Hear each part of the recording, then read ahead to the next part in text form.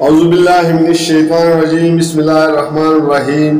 سورہ النور کا تعارف پارٹ 3 پیش کر رہے ہیں۔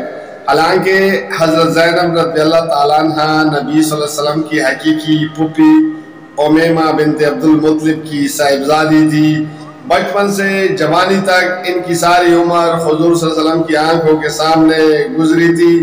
ان کو اتفاقاً ایک روز دیکھ لینے اور معاذ اللہ ان پر عاشق ہونے کا کوئی سوال ہی پیدا نہیں ہوتا۔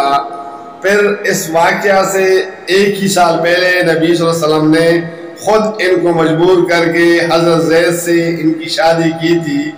ان کے بھائی عبداللہ بن حجش اس شادی سے ناراض تھے۔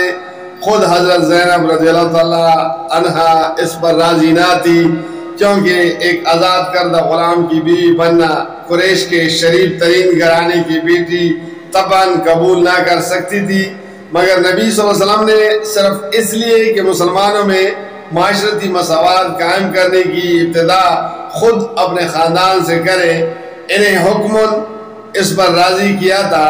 یہ ساری باتیں دوست اور دشمن سب کو معلوم تھی، اور یہ بھی کسی سے چھپا ہوا نہ تھا کہ حضرت زینب کا احساس فخر نسبی ہی وہ اصل وجہ تھی جس کی بنا پر ان کا اور زید بن حارث کا نکاح نہ ہو سکا اور آخرکار طلاق تک نوبت پہنچی۔ مگر اس کے باوجود بے شرم افترا پردازوں نے نبی صلی اللہ علیہ وسلم پر بدترین اخلاقی الزامات لگائے اور ان کو اس کثرت سے رواج دیا کہ آج تک ان کا یہ پروپیگنڈا اپنا رنگ دکھا رہا ہے۔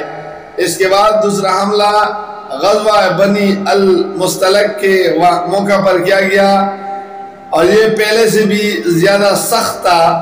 بنی المصطلق قبیلہ بنی حضاح کی ایک شاخ تھی جو ساحل بحر احمر پر جدہ اور رابعہ کے درمیان قدید کے علاقے میں رہتی تھی۔ اس کے چشمے کا نام مریسیح تھا، جس کے آس پاس اس قبیلے کے لوگ آباد تھے۔ اس مناسبت سے احادیث میں اس مہم کا نام غزوہ مریسیح بھی آیا ہے۔ نقشے سے اس کی صحیح جائے وقوع معلوم ہو سکتی ہے۔ شعبان 6 میں نبی صلی اللہ علیہ وسلم کو اطلاع ملی کہ یہ لوگ مسلمانوں کے خلاف جنگ کی تیاریاں کر رہے ہیں اور دوسری قبائل کو بھی جمع کرنے کی کوشش میں لگے ہوئے ہیں۔ یہ اطلاع پاتی ہی آپ ایک لشکر لے کر ان کی طرف روانہ ہو گئے تاکہ فتنے کے سر اٹھانے سے پہلے ہی اسے کچل دیا جائے۔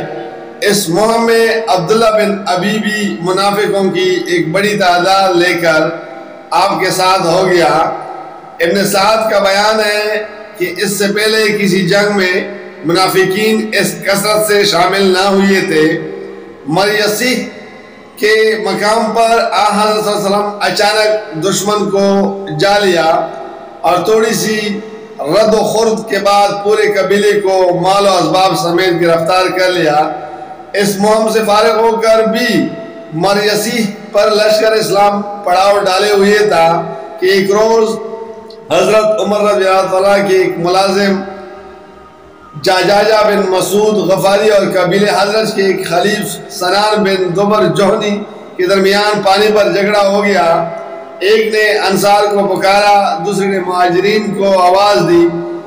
لوگ دونوں طرف سے جمع ہو گئے اور معاملہ رفع دفع کر دیا، لیکن عبداللہ بن ابی نے جو انصار قبیلہ خزرج سے تعلق رکھتا تھا بات کا پتنگڑ بنا دیا۔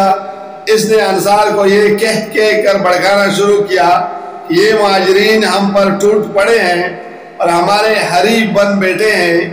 ہماری اور ان قریشی کنگلوں کی مثال ایسی ہے کہ کتے کو پال تاکہ تجھی کو بمبوڑ کھائے۔ یہ سب کچھ تمہارا اپنا کیا درا ہے، تم لوگوں نے خود ہی انہیں لا کر اپنے ہاں بسایا اور ان کو اپنے مال و جائیداد میں حصہ دار بنایا۔ آج اگر تم ان سے ہاتھ کھینچ لو تو یہ چلتے پھرتے نظر آئیں۔ پھر اس نے قسم کھا کر کہا کہ مدینے واپس پہنچنے کے بعد جو ہم میں سے عزت والا ہے وہ ذلیل لوگوں کو نکال باہر کر دے۔ سورہ منافقین میں اللہ تعالیٰ نے خود اس کا یہ قول نقل فرمایا ہے اس کی ان باتوں کی اطلاع جب نبی صلی اللہ علیہ وسلم کو پہنچی تو حضرت عمر رضی اللہ عنہ نے مشورہ دیا کہ اس شخص کو قتل کرا دینا چاہیے، مگر حضور صلی اللہ علیہ وسلم نے فرمایا عمر دنیا کیا کہے گی کہ محمد صلی اللہ علیہ وسلم خود اپنی ساتھیوں کو قتل کر رہا ہے۔ پھر آپ نے فوراً ہی اس مقام سے کوچ کا حکم دے دیا اور دوسرے دن دوپہر تک کسی جگہ پڑاؤ نہ کیا تاکہ لوگ خوب تک جائیں اور کسی کو بیٹھ کر چمی گویاں کرنے اور سننے کی مہلت نہ ملے۔ راستے میں اسید بن حضیر نے عرض کیا یا نبی اللہ، آج آپ نے اپنے معمول کے خلاف نہ وقت کوچ کا حکم دے دیا۔ آپ نے جواب دیا تم نے سنا نہیں کہ تمہارے صاحب نے کیا باتیں کی ہے؟ انہوں نے پوچھا کون صاحب؟ آپ نے فرمایا عبداللہ بن ابی۔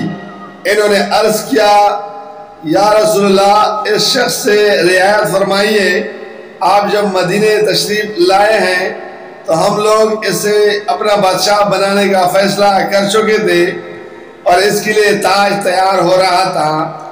آپ کی آمد سے اس کا بنا بنایا کھیل بگڑ گیا، اسی کی جلن وہ نکال رہا ہے۔